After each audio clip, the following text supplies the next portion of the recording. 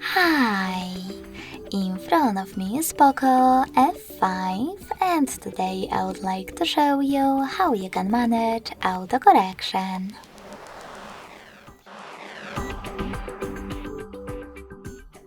Begin by opening Devices Settings and scrolling all the way down.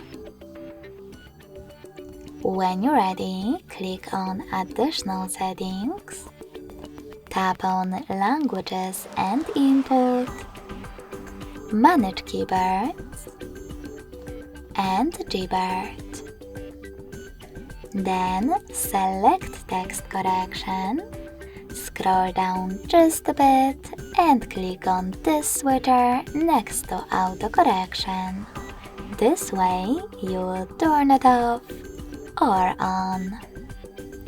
Thanks so much for watching. If you enjoyed this video, leave a like, comment and subscribe. Bye!